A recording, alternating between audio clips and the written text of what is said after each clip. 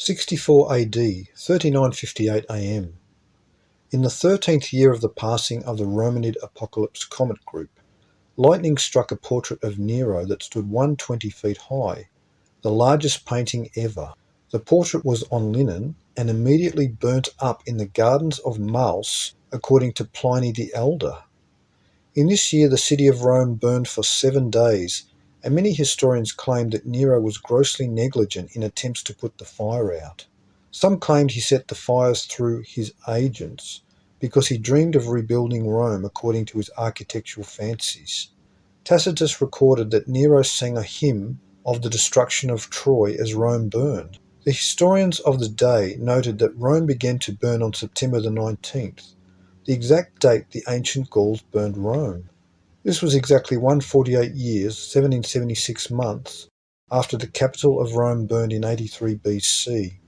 The story of Nero playing the fiddle as Rome burned was not in the original accounts, a story that appeared about 1500 AD. In Decline and Fall of the Roman Empire, published in 1776 AD by Edward Gibbon, we read that there was a very prominent Jewish community in Rome at this time, even possessing a very powerful advocate in the imperial palace. Nero's wife was Poppaea, quote, a favourite actress of the race of the Jews, unquote. When the city burned and the rumours filtered into Nero that he was being blamed, his own security was threatened. Immediately, agents of Rome went about through the city, even as the fires continued, saying that a sect of Galileans were those capable of this horrible crime against Rome. This was a reference to the same people who would later be called Christians. Nero had been given a scapegoat, and many historians believe that this scapegoat was offered by his Jewish lover Poppaea, for the Jews were involved in much international strife against their Galilean adversaries. Tacitus boasts anti-Christian sentiments in his writings, so to have any references to early Christians is very interesting.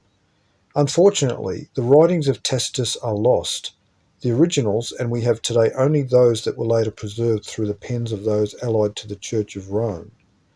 This was the 108th year of the Roman Julian calendar. Tacitus wrote that a comet appeared toward the end of the year that was accompanied with an unprecedented display of lightning. He wrote that later the comet was associated with a rash of abnormal birth defects. Emperor Nero panicked at the appearance of the comet. His astrologer Suetonius told him that a change of emperor could happen if he allowed his most prominent subjects to live. With this revelation, Nero began exterminating his political rivals. 1. Pliny, Natural History, Mining and Metallurgy. 2. Tacitus, Annals XV. 3. March of the Titans. 65 AD, 3959 AM. In this, the 14th year of the passing of the Romanid Apocalypse Comet Group, an earthquake in Ireland sank an entire region of the coast and hinterland into the sea, according to Giraldus Cambrensis. Nero ordered the death of Seneca, his longtime tutor and advisor from his youth. Seneca's writings survive today. Seneca cut his veins, and his distraught wife chose to die with him, opening her veins as well, but Nero knew she would attempt this and ordered secret agents there to prevent her death, which would only bring about more public ridicule. She was bandaged and saved. Seneca's brother was Lucius Gallio, famous for his appearance in the biblical record of the Acts of the Apostles in 18:12-17, where the Greeks of Archaix had brought Paul before the judgment seat of Gallio, who then sent them all away because Jewish law and religion was not for the Roman arbiter to judge between.